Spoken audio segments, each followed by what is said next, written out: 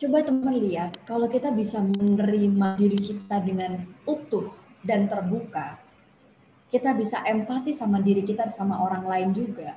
Ini artinya pada saat kita lagi ngerasa kok kayaknya aku tuh jauh banget ya Mbak antara diriku, apa yang aku pengenin, dengan apa yang terjadi pada hidupku tuh jauh banget. Tapi coba switch pikiran yang negatif itu menjadi hal yang positif. Contoh misalnya pada saat mau eksperimen ini kan susah ya, pada saat kita menerima. Tapi coba lihat apa yang menjadikan teman-teman Gen Talks ini tetap mau berlayar sebagai nahkoda sampai kita menuju integrasi. Kita punya value. Value dan meaning of life inilah yang membuat kita, meskipun ideal dan real self kita itu inkongruen, jauh gitu ya, ada gap, kita tuh berusaha mencari cara. Oh iya ya, ternyata pada saat aku sedang tidak baik-baik saja gitu ya, pada saat aku tidak baik-baik saja dan diriku rasanya itu lagi frustasi, lagi kecewa, ini ternyata satu sisi aku sedang melatih resilience yang aku punya. Nih teman-teman, coba lihat nih ibu-ibu, pandemi ini siapa yang merasa tingkat level kesabarannya naik? Atau mungkin yang belum menikah, coba lihat. Wah Mbak, tahun ini aku gagal nikah nih gara-gara pandemi. Mbak, tahun ini aku kehilangan pekerjaan nih. Jadi sebenarnya pada saat incongruent ideal and real self, itu kan ada masalah, konflik. Entah anak SFH, atau suami di PHK, atau mungkin kita sebagai ibu, peran kita jadi juggling dan rasanya tuh stres kita di luar batas kemampuan kita. Seorang ahli psikologi, Dr. Dan Siegel meneliti bahwa stress tolerance, nah ini kita nanti bahas stres ya. Tadi kan ibu-ibu curhatin tuh semuanya stres ya, stresor, sumber yang membuat kita tertekan gitu kan. Sebelum pandemi mungkin kita tuh segini nih, level toleransi kita kalau lagi ada masalah. Tiba-tiba ada masalah yang mungkin membuat ibu-ibu tuh kayak merasa ini di luar kendali. Atau mungkin kehilangan kebebasan, atau kehilangan orang yang disayangi, atau kehilangan pekerjaan. Kita akan selalu merasa, ya Allah, ya Tuhan, ini di luar batas kemampuanku sebagai manusia. Kita akan selalu bilang gitu, dulu aku diuji tuh biasa-biasa aja Mbak, begitu sekarang pandemi ini, aduh kayaknya di luar kemampuanku. Kita akan selalu ngomong gitu. Tapi ternyata ada 3 respon yang teman-teman Gen Talks ini bisa lakukan. Ada reaksi pada saat kita lagi burnout, lagi capek, lagi pengen berhenti. Itu tuh bukan berarti kita itu nge-freeze. Ini yang sering salah kaprah. It's time to pause, not stopping. Kalau pause, ini artinya kita itu reassess lagi apa yang terjadi, and then kita tahu bagaimana kita bisa bounce back. Resilience itu akan muncul pada saat kita memilih untuk fighting.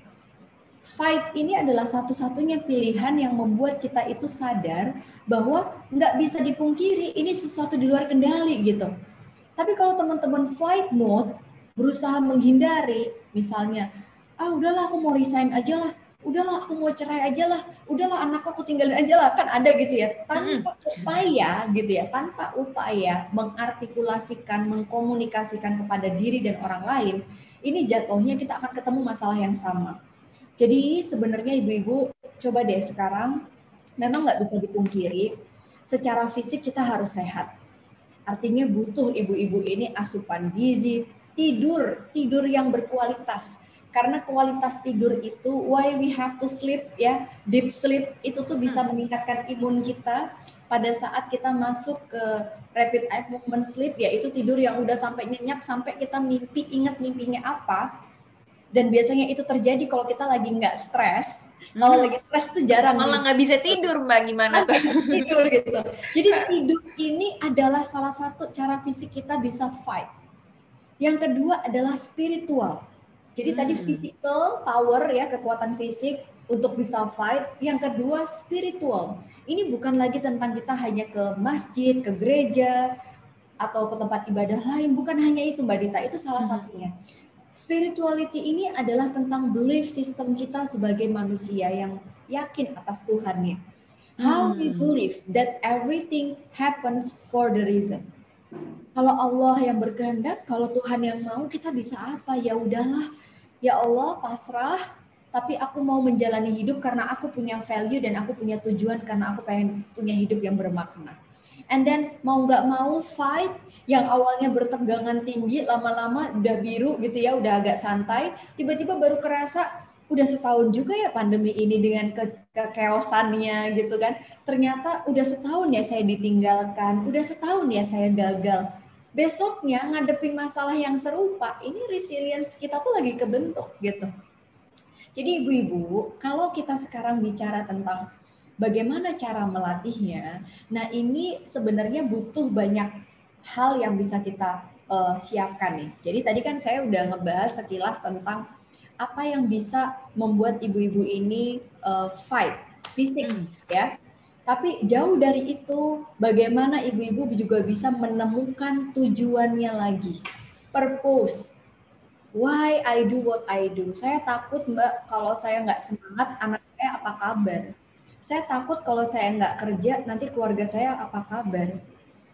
Saya tuh juga ngerasa ini ada dorongan saya, naluri saya sebagai ibu untuk merawat anak saya. Saya tuh ada desire saya sebagai MC, saya sebagai pembicara, saya sebagai karyawan, saya sebagai seorang pekerja seni. Ini desire saya untuk saya kerja itu adalah sumber yang membuat saya bertahan.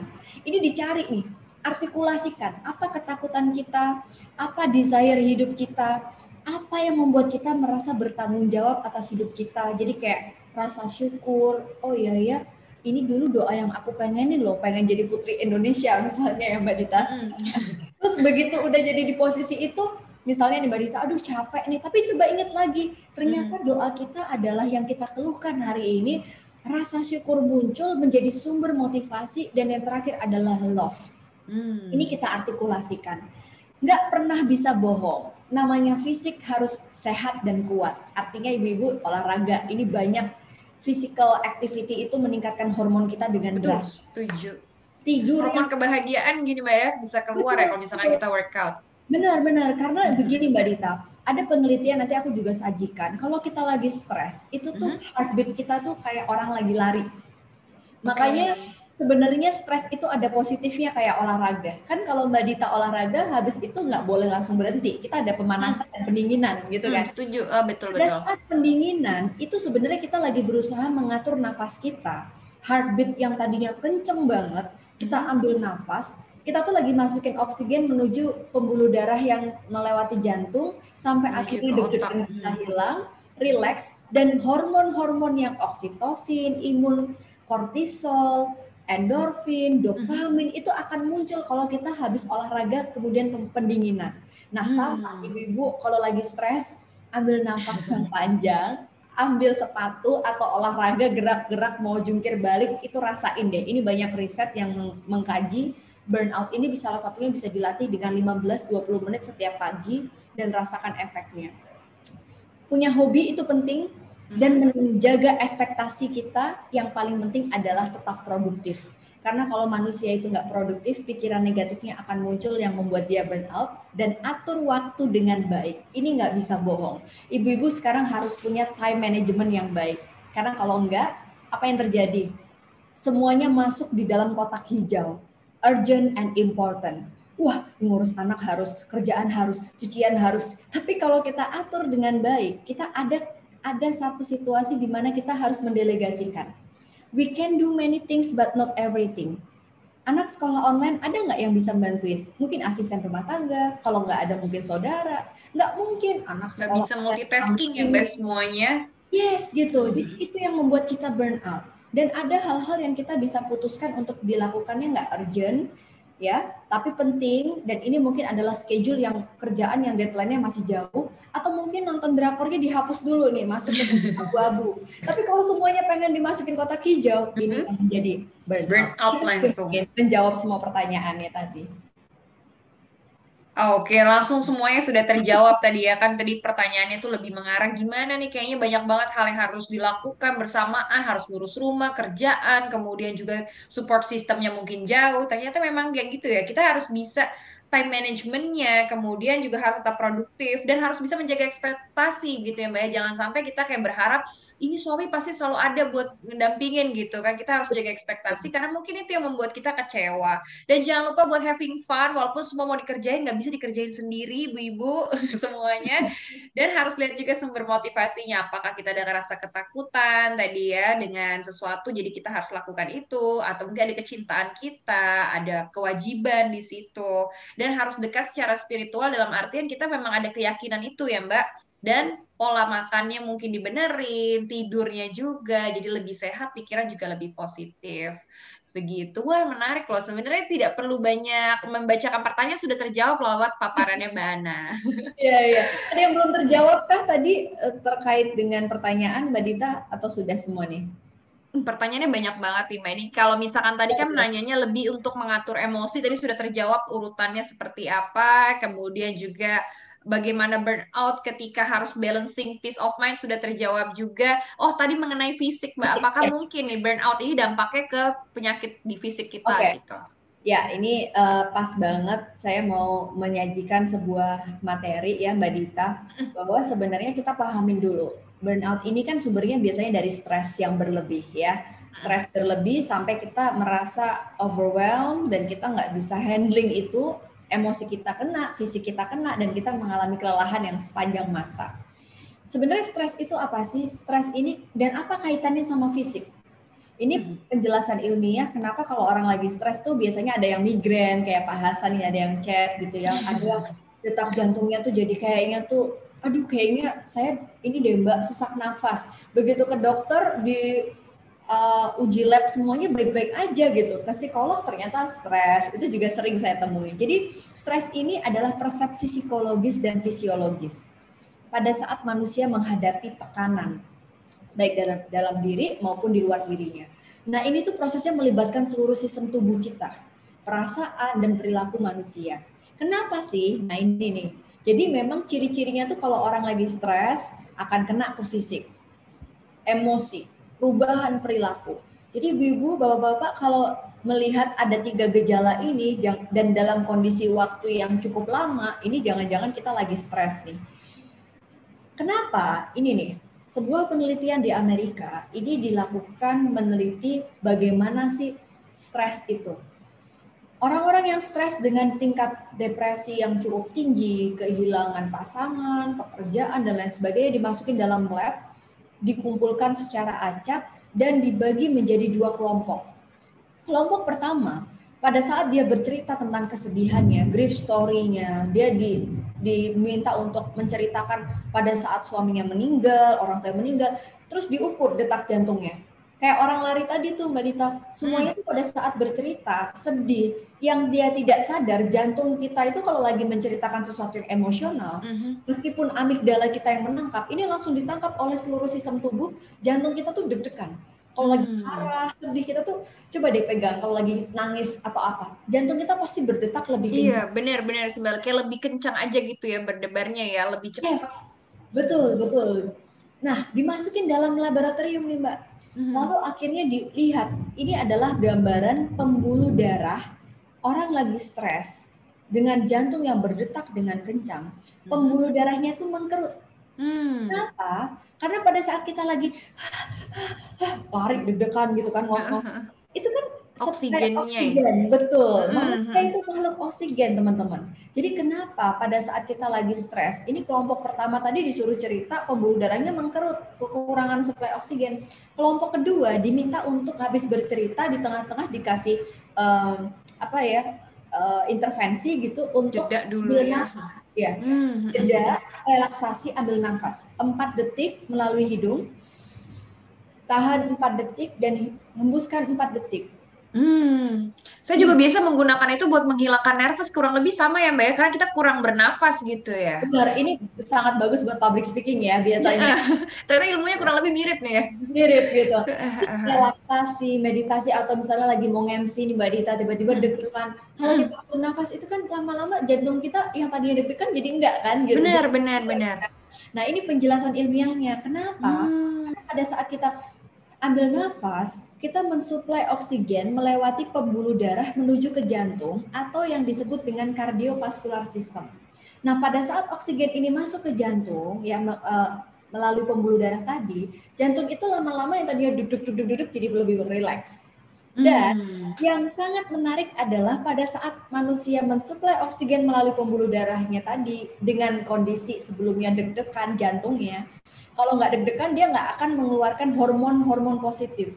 Jadi pada saat Anda stres, kalau Anda sudah rileks dan berhasil melaluinya, itu kayak orang olahraga, pendinginan, justru malah lebih sehat. Oh gitu. Ini adalah positivity dari stres. Kalau kita bisa merespon stres itu dengan baik. Jadi bukan masalah stresornya. Kita nggak bisa mengendalikan stresor yang muncul dalam hidup kita, ya kan? Difficult things ini adalah sesuatu yang automatically akan selalu ada. Kekecewaan, kegagalan. We cannot control the difficult things, but perasaan kita gimana Mbak Analisa? Sama, nggak bisa. Amigdala kita yang bekerja. Tapi yang membedakan adalah pada saat kita lagi kecewa dan sedih. Ini kebetulan tesis saya waktu itu bareng sama Prof. Kenter, dia dari Milwaukee University, kerjasama dengan UGM. Lalu kemudian kita bikin riset untuk pasien-pasien penyakit kronis kayak gagal ginjal, kanker, diabetes yang hidupnya butuh pengobatan seumur hidup.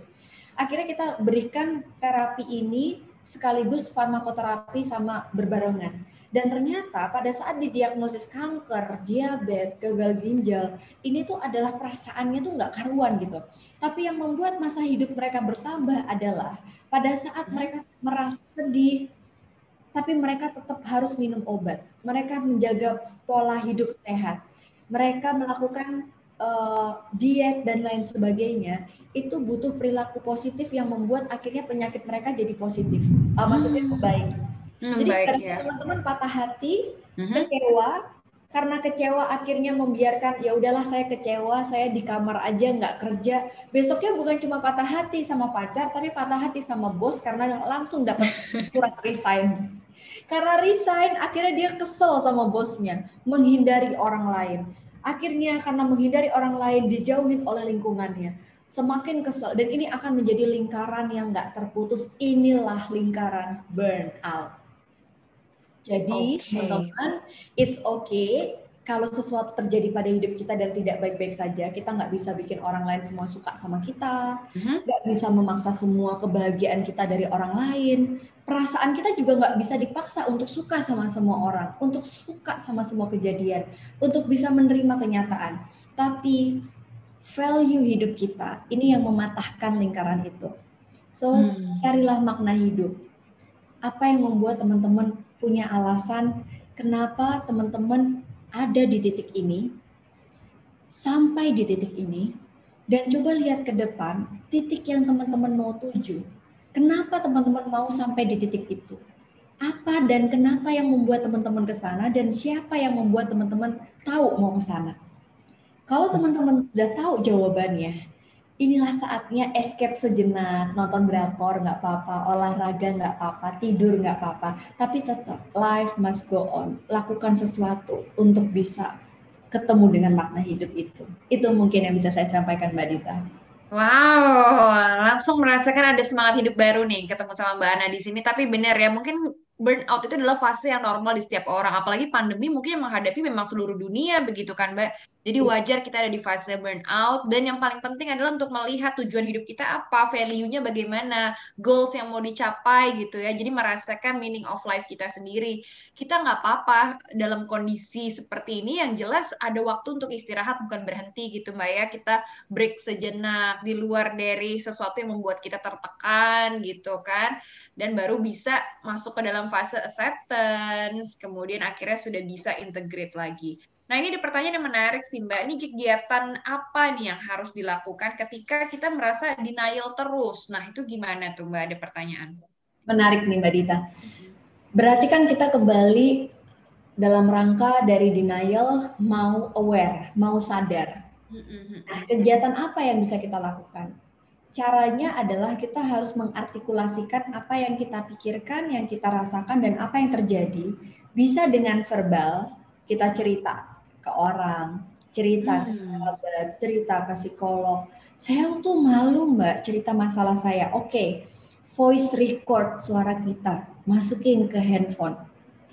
Tapi saya bukan tipikal ekstrovert yang bisa ngomong, Mbak. Nulis mungkin Ya, ya bisa. tulis, yes, journaling atau writing therapy. Ini juga exercise yang bisa membuat kita dari denial tadi bisa menyadari dulu. Karena nggak bisa menerima kalau kita belum aware. Saya udah sadar kok, saya sudah nerima kok, tapi kita nggak, kita masih marah. Saya sudah terima kok, kubrak meja itu belum menerima itu namanya, gitu ya. Artinya harus sadar dulu, oke, artikulasikan dengan baik. Nah, menulis, ada juga dengan art therapy, ada yang menggambarkan, lalu kemudian dia storytelling menceritakan. Jadi kalau teman-teman ke psikolog itu sebenarnya atau konselor, terapis itu dibantu, digiring dari mulai denial ke aware tadi Mbak Dita. Nah, kalau teman-teman bisa melakukannya sendiri, Masya Allah itu nggak perlu ke terapis gitu. Justru ini good point untuk teman-teman bisa menjadi terapi untuk diri sendiri atau mungkin bisa jadi support untuk orang lain gitu. Nah, itulah tadi bisa menulis, bisa merekam, bisa menggambar, banyak cara. Itu yang harus dilakukan. Jadi sebenarnya harus bisa diekspresikan gitu Mbak ya, bisa disalurkan mungkin yang menjadi beban di pikiran, bisa melalui teman yang bisa kita ajak ngobrol, atau mungkin melalui medium-medium lain yang mungkin bikin kita merasa lebih nyaman gitu ya Mbak ya. Dan Benar. sebenarnya ini kan ada fasenya kali ya Mbak ya untuk di setiap titik gitu. Nah itu kira-kira idealnya berapa lama sih Mbak kita mungkin grieving di saat denial, Ya, kemudian berapa lama harus bisa sampai acceptance, itu ada ukurannya nggak sih Mbak? Idealnya berapa lama sih gitu? sama sekali nggak ada ukuran idealnya Mbak Dita. Di psikologi itu kita nggak bisa mematok 1+1 sama dengan 2 gitu. Benar-benar bisa 1,5, bisa 2,5. Intinya ini dipengaruhi oleh resilient orang itu menghadapi masalah bagaimana. Apakah dia orang yang resilient atau dia orang yang tidak sekuat itu, ya inilah proses pendewasaan. Nggak bisa dilihat dari umur, karena umur nambah tua pasti ya, tapi dewasa itu kan pilihan gitu. Betul. Jadi pilihan kita, jadikanlah kondisi di mana teman-teman lagi burnout itu adalah satu step untuk merasa bahwa terima kegagalan itu, terima burnout itu bagian dari dirimu. Pada saat itu terjadi pada diri kita, anggaplah ini bagian dari proses kita mencintai diri kita dan bagian dari proses di mana kita mau berhasil. Cuma belum gitu. Jadi ingat-ingat itu dan kita berpikir karena kita tahu nih kegagalan adalah proses kita menuju sampai ke titik berhasil, maka nggak boleh lama-lama. Too much and too long. Itu yang membedakan pendewasaannya seseorang, Mbak Dita.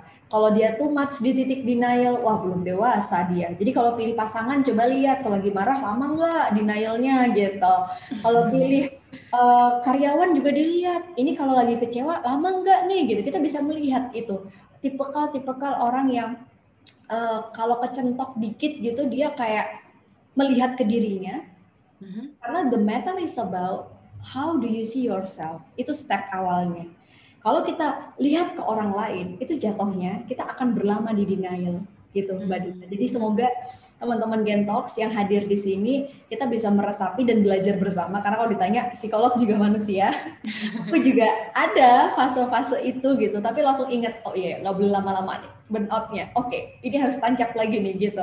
Ini escape dulu boleh nih, terapi-terapi dengan olahraga atau main sama anak atau kita nonton movie dulu gitu, tapi lanjut lagi itu sih Mbak Jadi itu Dita. semacam kayak distraction juga ya Mbak ya, dari mungkin pikiran kita kan selalu tertuju sama penyebab burnout, tapi dengan melakukan aktivitas yang positif itu termasuk distraction gitu ya, mempercepat proses ke Benar-benar, acceptance.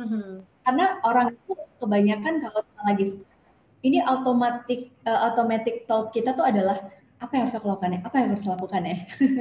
Itu otomatis Mbak gitu. Kita tuh kayak mesin yang kalau lagi ada masalah pencet tombol mana ya, padahal nggak segitu, nggak seperti itu gitu. Kita harus nyadarin dulu masalahnya di mana ya, baru kita pencet tombol yang mana ya gitu. Seperti itu Mbak Dita.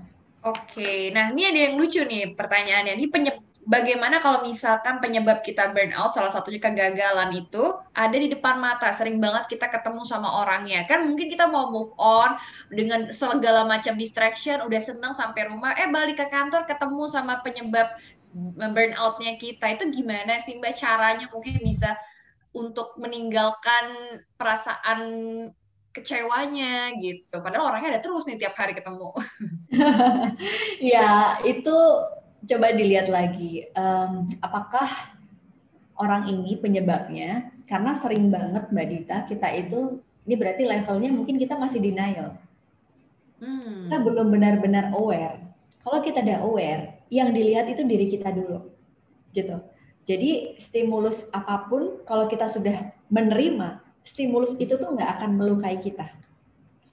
Jadi waktu itu aku saya sering dapat klien gitu ya, dan salah satu keberhasilan terapi kita adalah pada saat dia bertemu dengan stimulus yang membuat dia terluka dan dia tidak apa-apa pada saat bertemu, itu baru berhasil.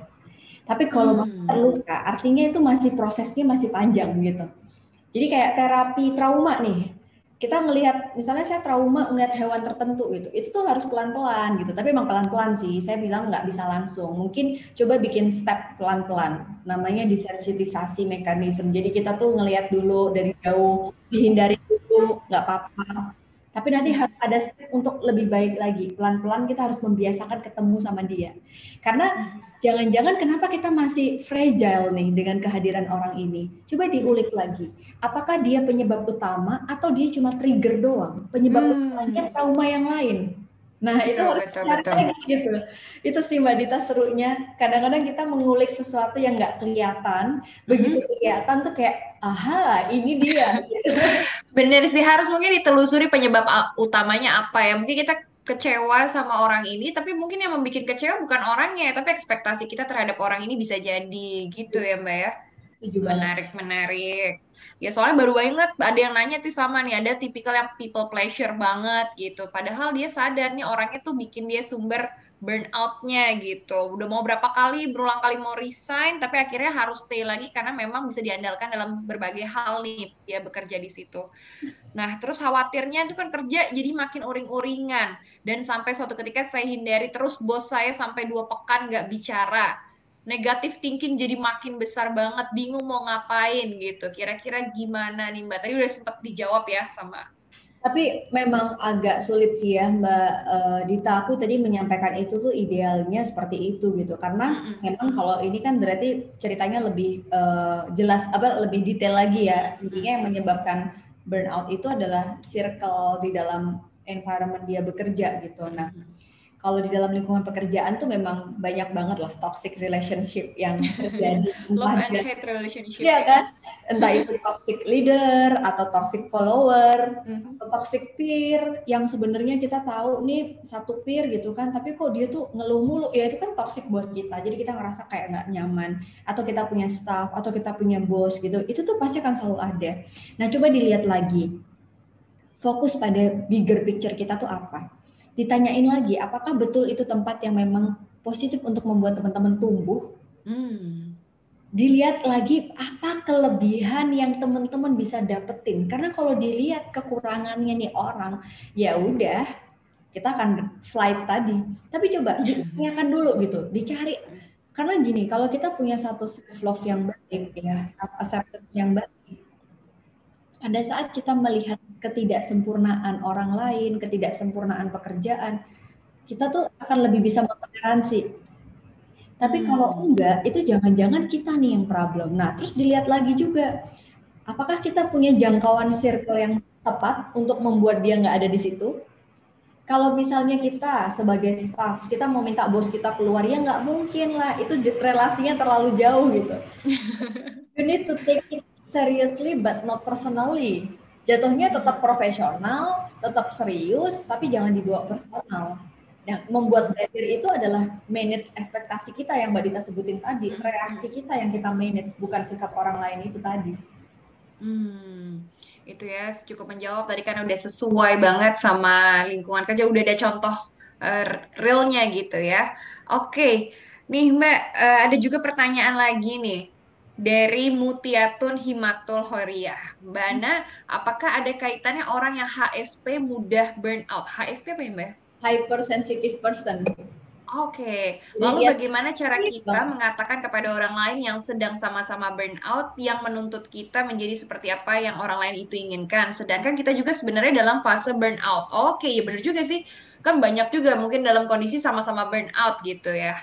Gimana itu Mbak caranya? apakah teman-teman pernah mengambil space untuk tidak terlalu berinteraksi sementara waktu? Artinya bukan berarti teman-teman jangan sampai self-centeredness ya. Kemudian selfish, egois, karena nggak mau berinteraksi sama dia, kerjaan nggak beres. Itu kan nggak mungkin. Jadi gimana caranya seperlunya aja untuk membuat jeda sejenak, karena kan kita harus menyelamatkan diri kita gitu kan.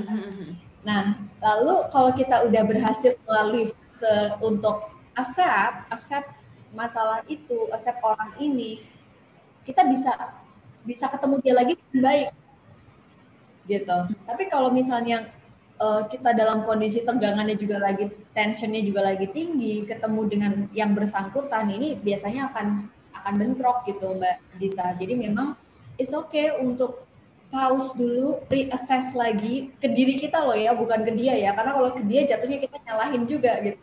Ke diri kita harus gimana ya? Kita kurang apa ya? Kenapa ya kok aku jadi lagi ini?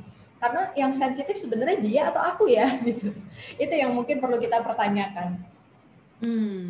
Oke, jadi semuanya ini tentang diri kita sendiri ya. Kita harus lebih sadar sih, ini sebenarnya jangan-jangan bukan orang lain atau mungkin dari diri kita, dan kasih break sejenak itu juga baik gitu ya. Dan semuanya ini lebih ke self love juga ya sebenarnya. Bagaimana kita bisa mengerti diri kita sendiri, kemudian bisa mengontrol reaksi kita, bisa kasih waktu juga buat diri kita berpikir, dan akhirnya masuk ke dalam fase-fase yang tadi sudah dikasih gambaran sama Mbak Ana supaya nantinya kita benar-benar bisa healing. Ya Mbak Ana, aku serius banget dibacain semua pertanyaannya. Menurut aku nih teman-teman semua pasti ngerasain banyak sekali problem di dalam kesehariannya karena banyak banget yang bikin burnout, pemicunya juga banyak gitu ya. Tapi sayangnya kita ada keterbatasan waktu jadi nggak bisa bacain semua pertanyaannya. Mungkin kalau misalkan ada pertanyaan bisa langsung kontak ke Mbak Ana juga gitu ya melalui mungkin email atau mungkin sosial media, atau kita bisa berjumpa dengan Mbak Ana di lain kesempatan. Thank you banget loh Mbak Ana.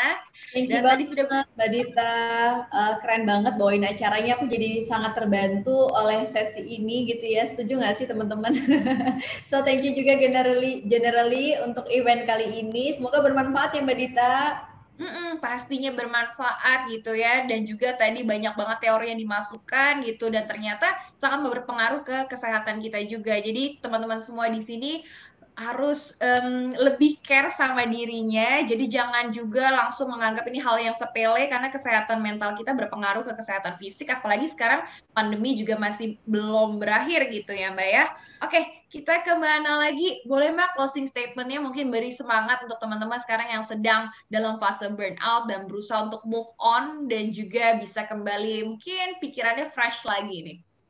Ya, thank you Mbak Dita. Teman-teman semuanya, mungkin tadi ini ada yang sempat nulis di chat ya. Jadi nggak apa-apa ya kalau lagi burnout. Yes, it's okay to not be okay. Nggak apa-apa kalau lagi nggak baik-baik saja. Tapi jangan pernah lupa bahwa manusia itu tugasnya ya sedang berjuang ketika sedang tidak baik-baik saja. Karena hidup kita akan tidak mungkin selalu baik ya. Artinya, coba lihat lagi makna hidup kita apa, dan bagaimana kita menemukan alasan-alasan yang tadi perlu kita artikulasikan dengan baik. Justru pandemi ini akan membuat kita tumbuh menjadi orang yang lebih resilient dan lebih baik ke depannya. So, thank you generally untuk invitation kita bisa ngobrol bareng Mbak Dita, bareng teman-teman di sini. Kalau ada pertanyaan yang belum terjawab, terutama tentang burnout dan self healing, aku sempat bahas di salah satu episode aku di YouTube channel Analisa Channel. Bisa tontonin lagi nih ya, siapa tahu bisa bermanfaat buat menjawab pertanyaan teman-teman. Thank you Mbak Dita, thank you semuanya. Selamat sore, sehat selalu. Semoga pandemi berlalu dan kita bisa ketemu langsung. Assalamualaikum warahmatullahi wabarakatuh. Waalaikumsalam warahmatullahi wabarakatuh. Terima kasih Mbak Analisa yang sudah banyak memberikan kita informasi dan juga membantu kita bisa keluar dari fase-fase burnout ini. Thank you banget, sehat-sehat terus, sukses terus ya Mbak Ana. Nanti kita cek nih dari YouTube-nya, jadi bisa menjawab segala pertanyaan yang belum terjawab di sini. Oke, dan Dita juga mau ngucapin terima kasih banget untuk Generali Friends yang udah stay dari awal sampai akhir dan selalu menjadi peserta yang paling setia dan di setiap Gen Talk selalu hadir. Nanti boleh langsung di follow Instagramnya Generali dan bisa kasih komen kira-kira mau undang narasumber siapa nih untuk berikutnya supaya kita bisa banyak diskusi-diskusi yang menarik di sini. Dan jangan lupa juga untuk selalu ikutin Gen Talks karena selalu akan ada tema yang menarik. Dan tak pernah bosan nih, Dita selalu ngingetin untuk selalu jaga kesehatan, patuhi 5M, karena sekarang kondisinya masih uncertainty, dan juga patuhi dari anjuran pemerintah untuk melakukan vaksin juga nih, supaya kita juga semakin sehat dan juga terlindungi. Dan jangan lupa ini bisa konsumsi suplemen dan juga vitamin, yang penting adalah proteksi kesehatan kita untuk selalu fit di tengah pandemi. Dan sekian Gentalks kali ini, dan saya Anastasia Pradita pamit. Terima kasih dan sampai jumpa di episode Gentalks berikutnya. Bye-bye.